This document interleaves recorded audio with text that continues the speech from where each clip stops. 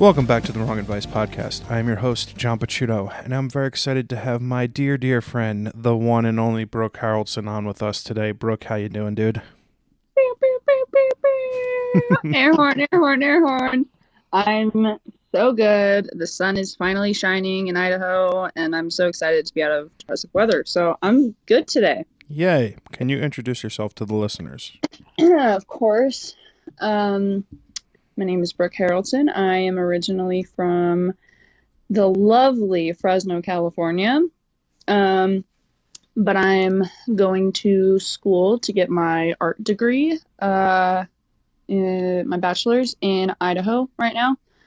And I graduate in December, so that's very exciting. And my emphasis is in photography, so that's my area that I'll be exploring. I'm a cat mom, 21 years old.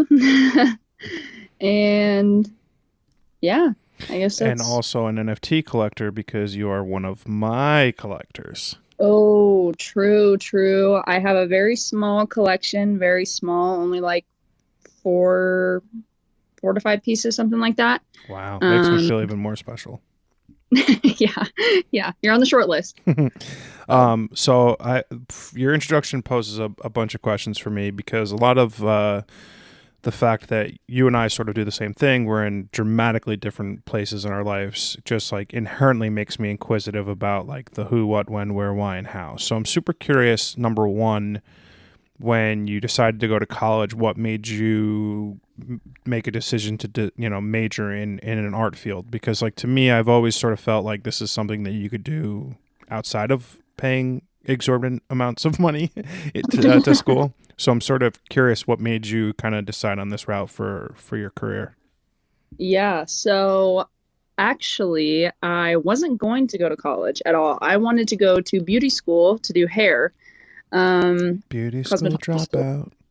Yeah, so I was about to sign on the dotted line, and my father was all for it. And then at the last second, he said, "Just kidding, real college or get out of my house." So it was kind of like I was sort of forced into it thing. So I started at my community college and eventually transferred up here to Idaho. And I originally started as a psychology major. Interesting. Yeah. And I took the first psych class, my first semester, and immediately knew that was not me. Fair. So I kind of scrambled to figure out what I was going to do if it wasn't going to be psychology. And I guess I landed on art with my emphasis being photography because I got my first camera when I was like 14 or 15, somewhere around there. And I always had a lot of fun with it. I never did anything super serious, but I had enough fun with it to where I thought that it would, make me happy in the long run. And I just really didn't want to be one of those people that spent 4 years doing a business degree or some shit and then just realized that I would be miserable for the next 40 plus years. What is your like post-grad plan? You get a degree in, is it like an art degree with an emphasis on photography? Is that how it works? Yeah. So I always get asked the question of what can you do with your degree? And honest to God, I have no idea. I graduate in 6 months and I still don't know.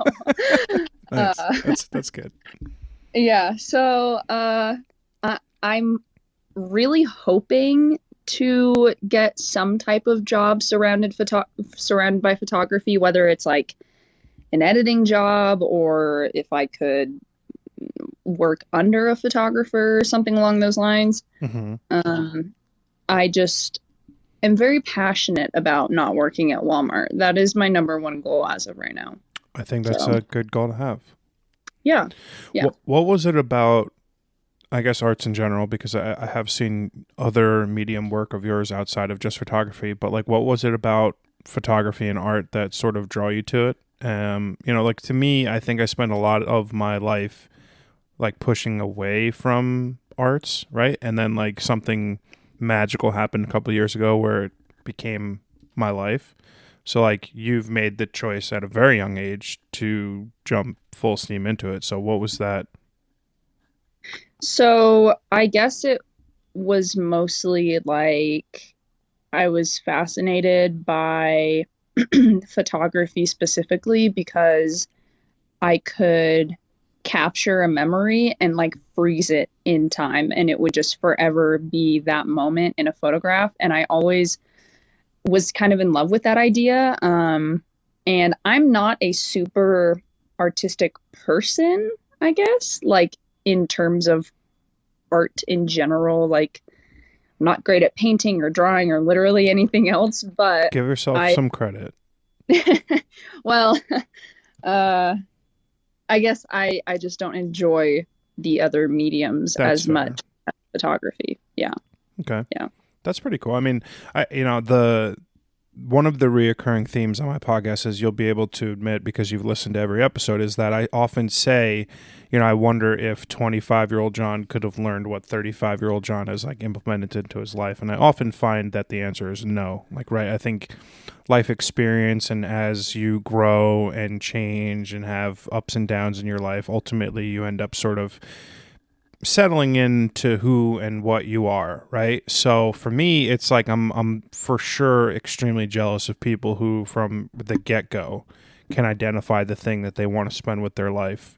And I think that's cool. It does make me jealous for sure. Well, I guess I could almost say the same thing. I've met so many people, like on Twitter, for example, that didn't figure out that they love photography until they were in their 40s or 50s or whatever, until they were much older. And sorry, that's not much older, just older than me. I mean, it is But much older. Yes, that's fine. but in a way, I'm almost envious of them because like they already like have all this life experience to kind of help guide them in their like Change. artistic. Yeah. Yeah. So for me, like I guess you could say like, yeah, I'm starting when I'm young, and that's cool, but at the same time, like I don't have 30 years on my back to be like, oh, I went through this or that, and so it's helping to guide my artistic career. Does that Yeah. make sense? No, for sure. I think that makes a lot of sense. It's also like it's a bit of a cop out, but it is hard to be young right now. I feel like just being a young person, like 2 years of COVID and college and like all that shit that you've probably had to deal with over the last couple of years just makes it like a nightmare just to be young, right? You're coming into Yeah. like the work world when we're going to be in a massive recession, and like it's tough. I mean, I graduated college and into a very big depression in 2008. So I'm like super familiar with what that's like, but to a pretty high degree, it's hard to be young, right? It's like easily distracted, and also just like normalcy hasn't existed for anyone for the better part of the last 2 years. Oh, yeah, for sure. I still remember the exact day that they sent out the email saying campus is shutting down and COVID is taking over, and it was like all hell broke loose. And so, yeah, it's definitely been very interesting the past few years that I've been in school to see kind of how much things have changed, I guess. And I also think I'm just more aware of it now because I am getting older. And, when you're in like middle school, high school, you just don't really give a shit about anything. And then as you get older, you're like, oh, I kind of care about stuff now. And I kind of care the fact that, the world is being destroyed and everything's being set on fire. So, Yeah. Well, it's not going to get any better, so you better just like get used to it. Yeah. I often find it's a lot easier to stop caring less as you get older because it's just going to keep you up at night. Yeah, for sure.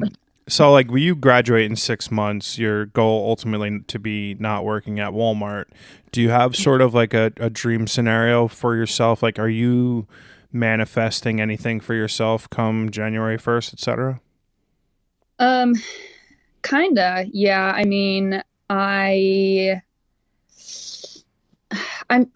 well, I guess that's kind of a tough question.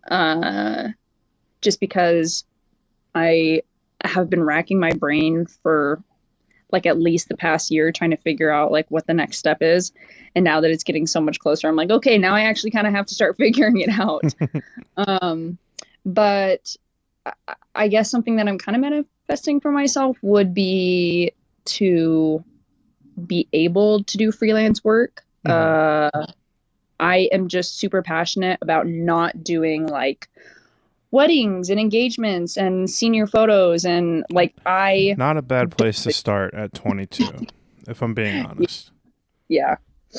So, I guess really I want to be able to create what I want, because for the past 3 years I've been told by professors like, nope, you can't do this, you can't do that. So conservative colleges in a particular sect of religion will have that effect on a person, I would imagine. Yeah, definitely. Oh yeah, I guess I didn't say that. I go to BYU, Idaho. It is an LDS college. So is that Latter-day Saints? Yeah. Hi, yeah, Mormon. My name is John. I saw Book of Mormon on Broadway. I thoroughly enjoyed it. Oh, I didn't actually, because the church was very against that play. Gee, I wonder why. Very against it. Yeah. No, it was a quite enjoyable show. I'm not a huge Broadway show fan. I'm 6'1", 230 pounds, so just getting comfortable in seats that were designed 100 years ago is incredibly difficult to me. But yeah, it was quite an enjoyable experience. I think it does lend itself to my next question, which is, you go to an incredibly conservative university and you're attempting to create art. I would imagine that inherently provides you with some limitations on what you're able to create. Oh, definitely. The art department here is very conservative. For example, the like drawing and sculpture students, they are not allowed to have nude models. They have to wear swimsuits. Which in my opinion, free the nipple. It's ridiculous. How are you supposed to be an artist and you can't fucking sculpt or paint or photograph a nude body? Yeah, so that's not allowed on campus. And also you're not allowed to do any type of modeling situations outside of campus, because they say that we don't have like the time and resources to be able to pay the models, which doesn't make sense because the models don't get paid anyway. They get like statement credits on their student loans. I have no idea, dude. I don't know how it works, but actually a girl in my photography class, we're about to start doing our finals, and she gave her proposal for her final series, and it was for the most part shot down. She wanted to photograph people that have had mastectomies. And oh yeah, I did mention this to you the other day, I forgot. But so she wanted to photograph people that had mastectomies, and the teacher was like, well, are they just going to be topless? And she's like, well, I mean, kinda, or I could do like a tank top type of thing. And I'm like, that just completely takes away from art. That's an unfortunate byproduct of the university, because I think there is a absolutely beautiful quality about what she wanted to create. And it must suck to be someone on the verge of graduating college, wanting the opportunity to create something unique to themselves, and then the university just being like, oh yeah, no. Yeah. And our professor, he did say that he tried to fight for it a few years ago, but it just didn't really pan out. So yeah, it's really unfortunate though, because I feel like it takes away a big aspect of creating. Yeah. You are very, very, very early on in your journey as an artist. What inspires you? To be honest, just the people around me and experiences that I've already had. I'm about to do my final series for this photography class on my health conditions. So I'm excited to do that, and it actually feels like something important. But yeah, I would say for the most part, it's just kind of the other artists that I'm surrounded by, and getting to see them create on a daily basis on campus is really cool. Can we get into that a little bit? I'd love to hear a little bit more about it. Which part? I mean, all of it. What are your health issues, and like how do you plan on sort of creating a series around it? Yeah, so I have endometriosis, which if you don't know, look it up. It's kind of complicated to explain, but um, so endometriosis has, kind of, I'd like to say it's given me an opportunity. Interesting. Um, just because I am often negative about it and I try really hard not to have that perspective. But I love that. so yeah, it a lot of painkillers, lots of pills, lots of doctors and surgery and whatnot. So but it's kind of given me this, that's why I say an opportunity, because it's giving me this perspective of like uh I can't depend on an hour from now or tomorrow, like how I'm gonna feel. Hmm. And so it kind of helps me to like live in the moment and want to uh like create more. I don't exactly know how to put that into good words, but it it just kind of helps me I mean, I guess. that's kind of cool because I mean, it's not. Don't get me wrong. Having endometriosis is not cool. The what's cool about it is that listen, not many 21-year-olds would have the wherewithal or the capacity mentally to look at something that impacts their day to day life, and provide them an incentive to be more forward thinking and more mindful of their time use, right? So if you're having a good day, you want to get in as much possible work and creativity as you can because like you said, you can't plan what that will look like in a day or a week from now. And I think that plenty of people can like go about their life in a sorrowful way when you're dealing with something like that on a daily basis. And Mhm. not many people, I think, at your age would be able to have that sort of mindset. So I give you a lot of credit for that. I think that's really cool. Yeah, you just worded that way better than I ever would have. So yeah, It's that's almost exactly what like I do this a little bit, like, once or twice. yeah, yeah. So yeah, it's given me a cool opportunity, and I'm excited to kind of explore my health in an artistic sense. So as far as the series goes, I have an incredible amount of disgusting looking burn marks on my stomach from my heating pad. Hmm. Like I have like second degree burns and like blisters and shit. Jesus. Oh, my God. Yeah, hot girl summer is canceled and we're going into lukewarm summer. Okay. With one pieces, So that's fine. We could do yeah. it. You do go to Mormon college. That makes sense. So that's something that I kind of want to document is my burns and like scars from surgeries. And I've also kind of been thinking about like some self-portraits of kind of, it probably sounds boring, but like I guess what I do in order to get myself back to semi-healthy. So whether that's like taking a bath or which unfortunately I can't do any nudity, which I'll figure that part out. But Do it for yourself, and then yeah. keep it for yourself, right? Like make it part of a. Sorry to interrupt you. Make it part of your collection. Obviously, don't submit it because you're gonna get like arrested or something. And then like later on when you're like this big time artist, you can like revisit that collection and put it out as in its entirety. So don't don't sort of squash your creativity when it comes to something like that because I think it could be great, not right now. Yeah, yeah, definitely. And I'm also doing an independent study next semester, being my last semester, and that's my main focus is my health issues. So That's cool. so this is just kind of like the tip of the iceberg, kind of trying to figure it out. But yeah, I'm excited to dive into it and see what I come up with. Talk to me about the process. Will you be shooting it on film, digital? What's like sort of your idea? So for this series, I'm going to be doing digital. Just because the class that I'm in is a historic photographic processes class. So we're not printing digitally or anything. We're creating digital negatives and then putting that negative onto a certain type of paper with chemicals that are coated on top of it. And then you expose that paper with the negative laying on top.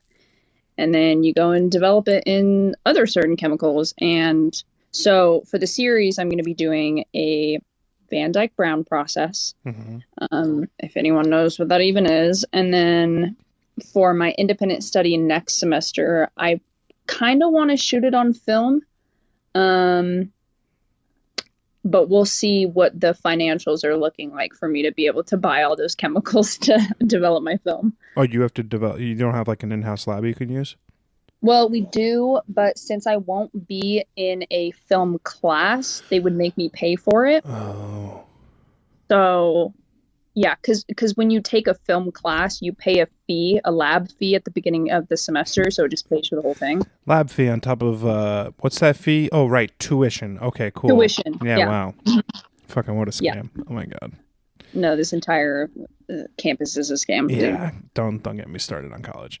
Yeah. So I have a very difficult love-hate relationship when it comes to social media. On one hand, it's led me to meet some amazing friends like yourself and other people that we've been able to sort of meet in the space. And on the other hand, it's like it does provide sort of a imposter syndrome driven commodity. It is at times reeks with my confidence. Sometimes it does, sometimes it doesn't. Honestly, it just really depends on the day. Um, hmm Talk to me about your own personal relationship with social media and sort of how it may aid or detract from your mental health.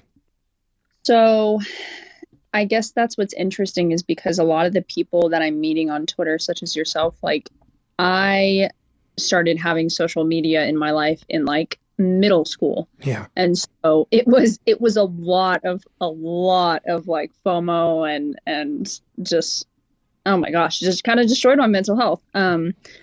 And so but as I've gotten older, it like Instagram, I don't even get on Instagram anymore. I literally hop on it every once in a while to give my relatives an update. That's about it. Same. And then like with Twitter, it's interesting because Twitter is the only social media app that I really use for art. Like I went from following all these people from high school that I don't even talk to anymore to all of the sudden it was just boom, all NFTs, all crypto, all photography. And it happened really fast too. And so it's been interesting, I guess, just to see how my perspective of social media has kind of changed because it went from like just kind of stalking everyone from high school and seeing what they're up to now like stalking all these super cool artists that Mhm. like have a name for themselves. And so I would definitely say though that depending on the day, sometimes I do hop on Twitter and I'm like, that's a really cool picture. Wish I would have thought of that, you know? All right, so So, I don't think of it that context. My thing is like I like it's definitely a source of inspiration for me. Like when I see people's work, right? I don't. The only FOMO I get is like when I'm not making sales or like not getting opportunities and stuff, and I see other people doing things that I want to do. Like, oh mhm, XYZ shot this like artist, and oh man, I fucking went for that job. Like I didn't get picked for that. Like that kind of stuff. At the end of the day, like I find Twitter to be a net positive location for me. Like I think I've been able to build community and like just really create a really cool group of people. And that social media has been really fun for me as of late. Instagram mhm. has just sort of become like my portfolio. I just like spend zero time or any effort or energy on it anymore because it's an exhaustive place to be. But Yeah. I do like it in that it can provide inspiration, and sometimes that sort of dopamine of getting likes on stuff can put you in a better mood, which is fucking horrible. Yeah, it's terrible. I agree. I feel like sometimes I'll tweet something or whatever and it doesn't get the engagement that I wanted it to and I just kind of like ruins my mood for the day and I'm like what the Yeah. fuck is this for? Like why? It is. I look at it as like it's just a funny thing, and it's stupid how much time I waste on it when I could be doing so much other stuff. But at the end of the day, like I've sold work online because of social media. I've gotten jobs online, in real life because of social media. So it is ultimately a net positive. But I think what people need to really be mindful of is like how much effort and energy they put into it because it can be a complete time suck. Yeah, definitely. And that's where I feel lucky in like I'm still kind of starting out and I'm still very young in all of it. And so I haven't totally gotten to that stage where everyone's talking about like burnout and like, oh, I'm just too depressed to get on Twitter for a couple days Well, and you're like, super young. Just wait. yeah, I know. So when I was your age, I felt very strongly that like the entirety of my life had been pre-planned for me, right? So, in high school, I had to get decent grades so I could go to college, so I could do decently well, so I can get the first job and then the second job, and then it's always like, where would I be 5 years from now? So like 18 to 25, and then like 25 to 30. Like it was always, everything was like pushing out 5 years. Where am I going to be? What will my status be? All that shit that doesn't matter. So you're somewhere that I was 10 years ago, and I'm super curious what your forward thinking is look like when you like are starting to map out what will be the rest of your 20s. So I would really love to not live with my parents because that's where I'm going when I graduate. And that is like number one priority is getting out of my parents' house as soon as possible. Fair. Um, but as far as kind of like, man, like a general 5-year plan or something. I'm just wondering if you have that, if you look forward like that. Are you in a moment thinker? Like, how's that?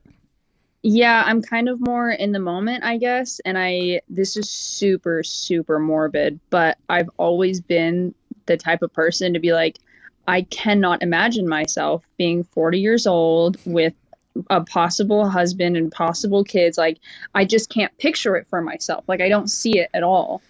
And so, yeah, I guess you could say that I'm kind of like an in the moment thinker. Like, I really don't look ahead very far, I guess. Well, you're young. I don't, I think my thing was more centered around, I don't know if it was infatuation is the right word, but like an obsession with status and money, right? And like what that money meant for my status. And I spent the entirety of my 20s chasing dollars. Like that's literally all I did is like I tried to get each new job to pay me more money so I would inevitably end up being rich. And I got there. I was doing really well and I was just miserable, right? I was just buying a whole bunch of shit. I was like going to clubs and doing bottle service. Like I just like I didn't recognize in the moment that it wasn't things that appealed to me or spoke to me because it just felt like what everyone else was doing. But I Mhm. quickly realized, when I lost my job in 2020 that I'd spent a lot of my life putting on a face for other people and not really figuring out like who I was and what I wanted. And I think it's really easy for people to do that. It's super simple for people to sort of put on their face and like just go about their day and not ever check in or take time to sort of ask themselves what they want. Yeah, definitely. I guess I relate to you, but on a whole different level, I guess. Simply because my parents are so religious, and so I guess my life was kind of planned out for me, but not in the sense of money, and it was more in the sense of like you're gonna be the super good Mormon girl that I raised you to be. And so now that I have 11 tattoos and all these Yeah. piercings, they're crapping their pants. Like, what are we gonna do with you? Oh my God, that's so funny. So I I mean, can, yeah. So do you have a good relationship with your parents? I do when I don't live with them. Yeah.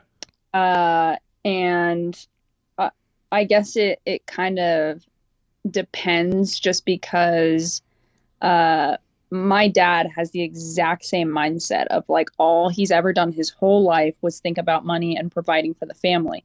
And as grateful as I am, and as great as I think that is, he is definitely one of those people that never stopped to ask himself, what do I want? Like he doesn't have hobbies. He doesn't really have friends. Yeah, And he's got so, work and family. yeah, that's basically it. And so he tries to project a lot of that onto me of like, well, what are you going to do next? Like what happens when you're kicked off my insurance and your health goes south? I mean, And that's so, 27 years old. I think you got some yeah, time.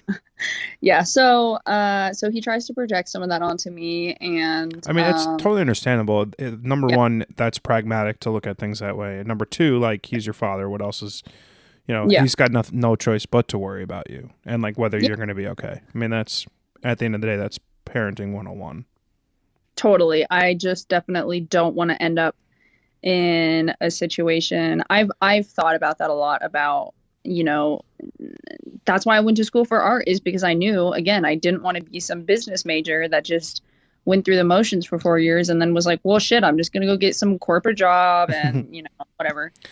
Um, so When you look at like your future, do you have in your mind a metric or a manner in which you'll be able to measure success? um kinda I view success as being surrounded by people that uh, are not there for any type of gain, I Ooh, guess. I love that. I've met so many people over the past 3 years being in school that have, uh, you know, not really been the type of people that want to stick around just because we're friends or because we care about each other. It's like there's got to be something A net that's, benefit. yeah. So I guess in a way, I measure success by, the type of people that I have around me, and I guess my attitude towards my current situation. Um, so I guess in terms of money, yes, money's important, but ultimately, like, I want to be happy with my situation. I love that. I think that's like a very, very important context for life. I mean, Hmm. like, I actually, like, when I was your age, I never even considered worrying about who the people were in my life. I was just like totally oblivious to it. I think that's a really important context. No, I'm serious. Yeah. I mean that. Like, that's a good mindset to have because, like, there are a lot of people in this world who will selfishly attach themselves to people for reasons because they will benefit them in the long run. And I think that's like a shitty byproduct of like just not great people. And yeah, I give you credit for that. I think that's a really positive sort of outlook for just a baby. Just a baby. When I was your age, I was like just a mess of a human being. Right? I just was like fucking going through life really with no consequences on my brain at all. I'm super curious if you like look at like anything that's transpired over say like the last 4 or 5 years of your life and have regrets, and then when you look at those regrets, how you sort of like negate them or like work through them. I have no regrets. Ooh, I I like think that.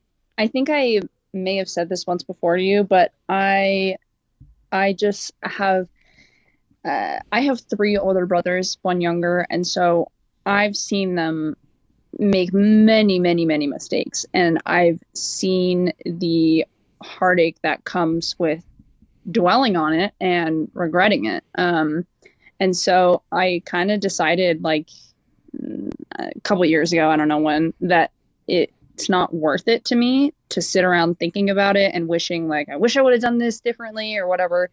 Um, so yeah, I kind of have no regrets because every single decision that I've ever made has gotten me to right now, like this Ooh, very second. And love so love that.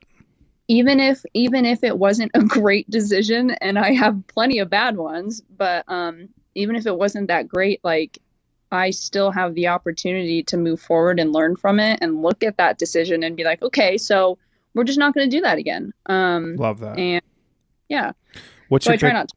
what's your biggest fear? Uh, Damn, my biggest fear. Uh, just in terms of life in general, Yeah, like. we're like spiders. I don't. Okay. I don't know, because I guess I've got some like irrational ones. Uh, okay, actually, I do have a biggest fear. My biggest fear is walking into a doctor's office and they're like, surprise, you've had this super rare cancer for like years that no one could find, and you're gonna die in a month. I mean, yeah, I, it's not ideal. yeah. So I guess like the main reason to that fear is just that like I won't have enough time to enjoy life the way that I want to. Does that make sense?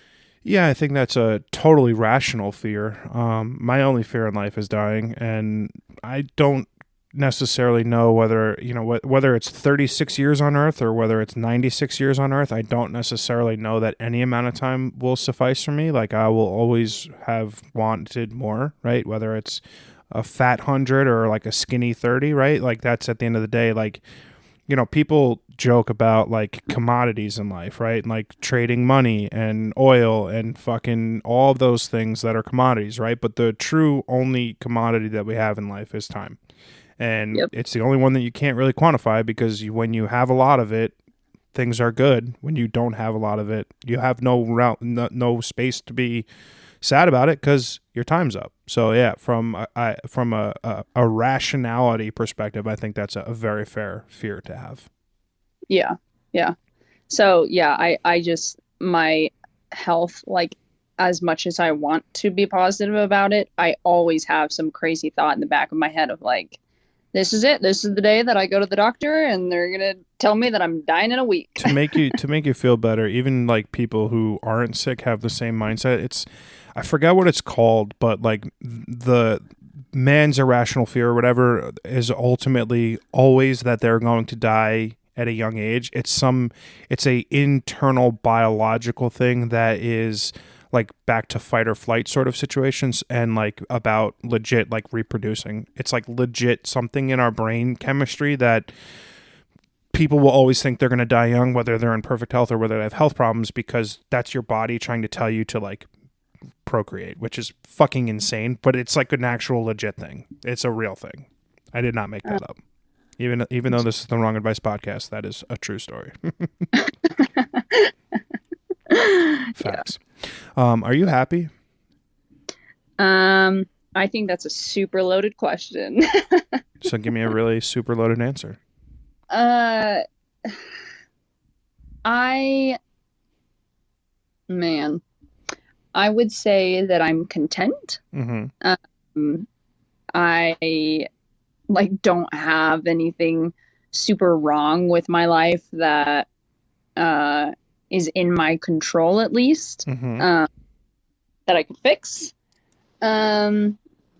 So, and I think I'm also just at this point of trying to figure out like what that even really means, because I think there's so many different definitions to happy, to Mm-hmm. being happy.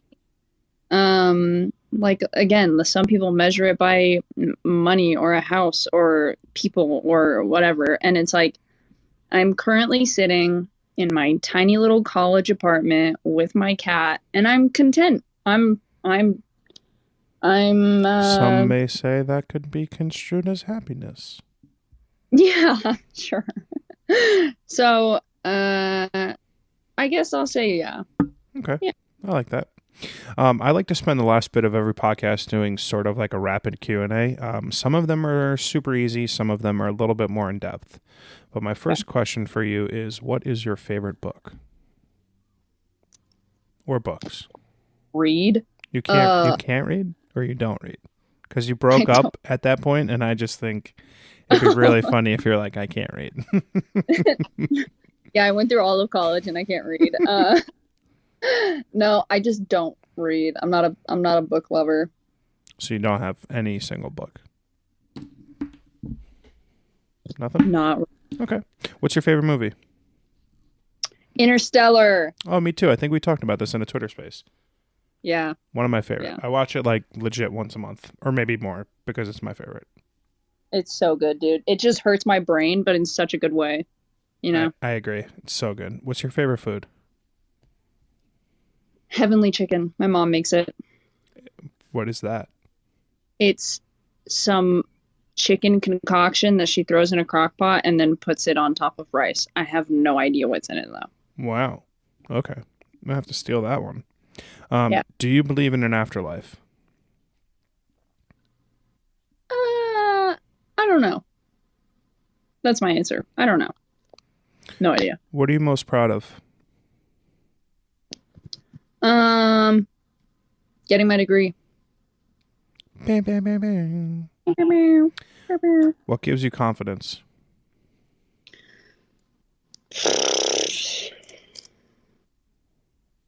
Shit.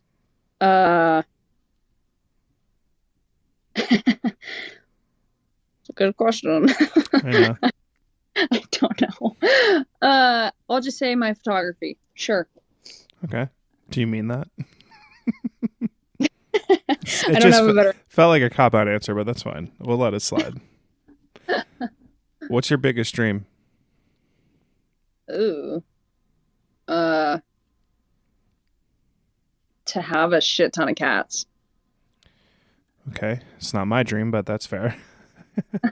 When one says a shit ton of cats, can you like quantify that for us?